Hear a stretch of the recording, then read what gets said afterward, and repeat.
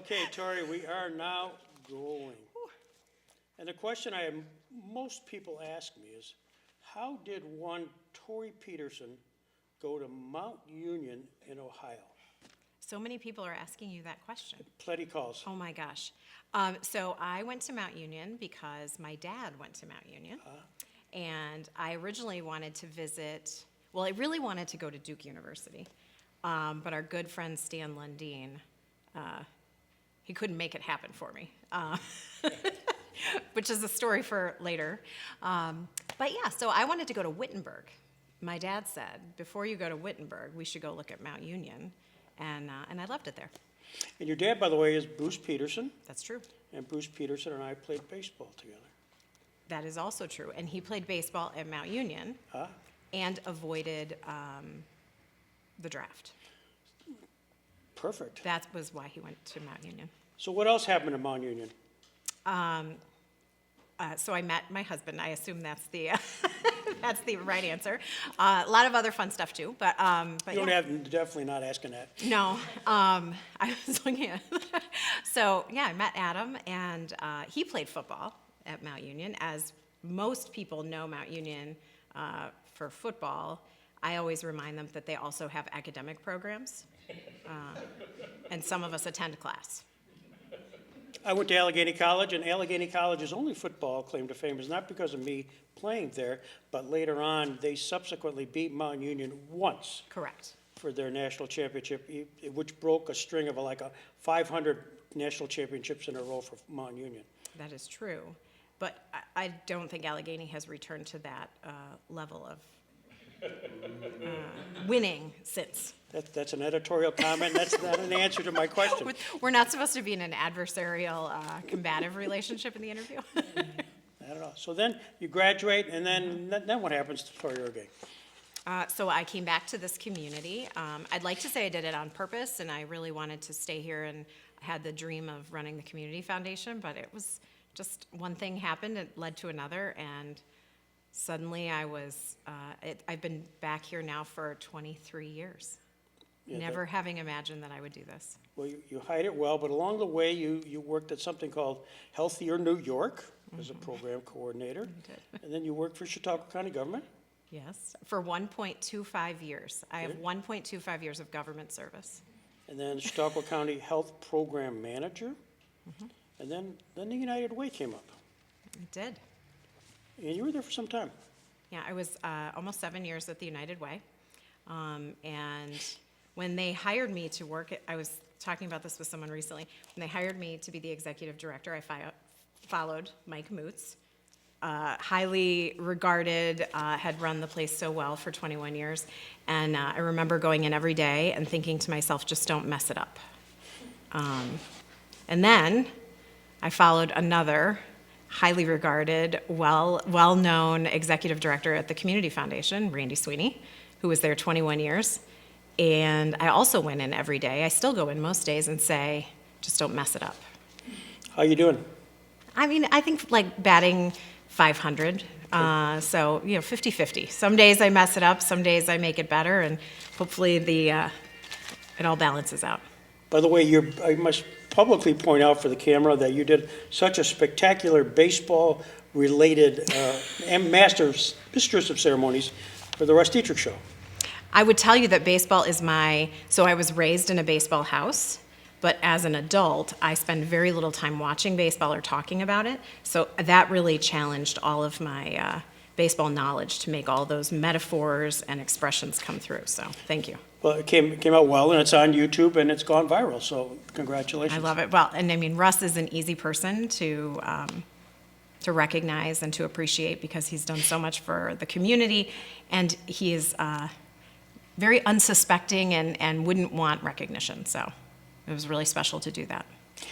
So you've been in the public sector, Chautauqua County. You've been in the not-for-profit sector now with United Way and Chautauqua Region Community Foundation, and in its highest level, as executive. What have you learned from this? So I would tell you that this community is filled with wonderful people. And sometimes they're people who sit in chairs like yours or mine, and they are in the paper and they're in photographs, and people come and see them to talk about important ideas they have. And sometimes those wonderful people are behind the scenes. They're not faces that you might otherwise know about, but more often than not, it's those people that make the people out in front the success that they are. You have an example or two? Oh, I don't know. I mean, like Ed. Ed sits behind the cameras and he sets everything up, and he's quiet and unassuming, but none of this really happens without Ed. The Jackson Center, I can tell you, for 25 years has been captured by Ed Tomassini. And so I suppose at some point we should probably acknowledge that. I mean, there's no time like the present, right? What a great idea. Do you have something in mind? I have something in mind for Ed if he's can free himself up from behind the camera. Ed, if you want to come forward.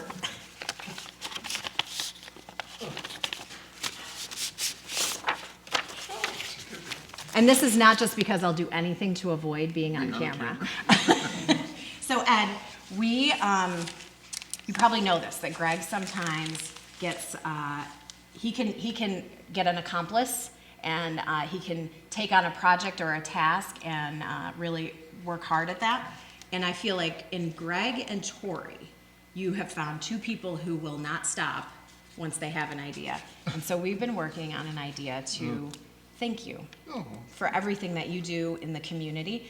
This building that we're in is just one place where you do those things. And I know through the Community Foundation, we know of other things that you have done over the years and are still doing. And so we wanted to just take a minute to say thank you and to appreciate the person who never is in front of the camera or gets that appreciation. Behind the camera, for sure. Well, So thank you. I have two things.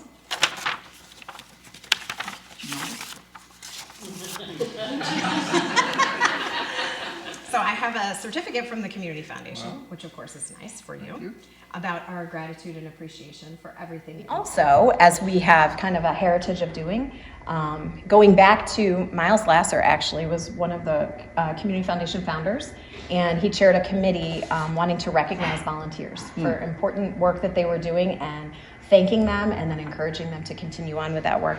And so we also have a check for you. Wow. And then the last piece is an opportunity for you to donate to a cause that you care about, Oh, which I think will be. I thought you were going to have me sign the check back. Oh, no. It's like a baseball game. Give it back. Holy cow.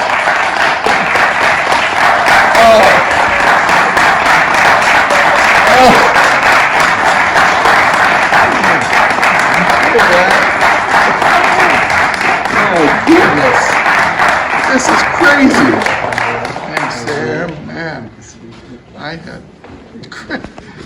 Boy, can people keep a secret, right? Charlie, I saw you walk in. I said, oh, I got to see him. How you doing, Zach? Whoa, thank you.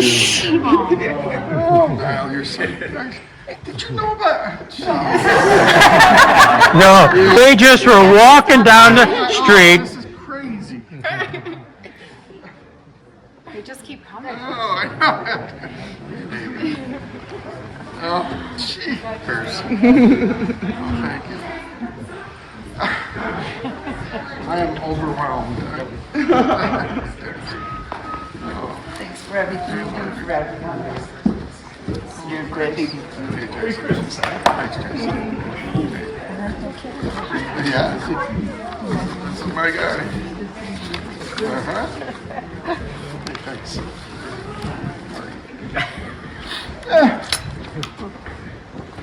Pat Mike the Jeepers. Do you need that? I figured that. Yeah. Thanks. Boy. Yes. Mike's here. Holy. You're a specialist at get, Marty. Oh, man. Thanks, Jimmy. I'm blown away. Jeez.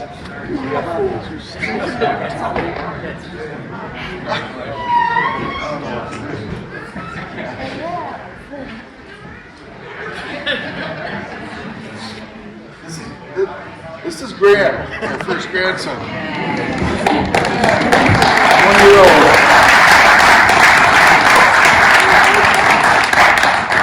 Can you run a camera?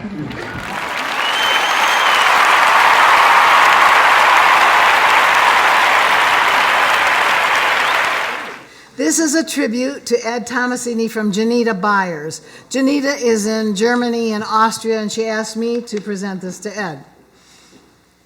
Connections among people and places may be common in small cities, such as Jamestown, but only a few people would compare in number and importance to those that Ed Tomassini has created. My connection with Ed began 27 years ago at Jamestown High School when he and we established the videography program with guidance from Mike Flaxman. Ed's handiworks are found throughout the county, including just across Prendergast Avenue at First Presbyterian Church. 12 years ago, Ed designed and installed 2 different recording sites in the sanctuary and in Bellinger Chapel, complete with 5 remote-controlled cameras and connections for internet access. Upgrading is ongoing. During the last 12 years, there have been 36,262 views of worship and memorial services, weddings, and concerts. During the pandemic, there were thousands of additional views when homebound folks accessed live and archived recordings. Through it all, Ed came when called to troubleshoot on short notice, enabling the show to go on. Speaking of connections, one of our young video crew members at First Presbyterian Church, Stephen Hallberg, became a student in Ed's class at Jamestown High School. It is with profound appreciation and sincere affection that we honor Ed during this rare moment when he is in the well-deserved spotlight. Thank you, Ed. Thank you.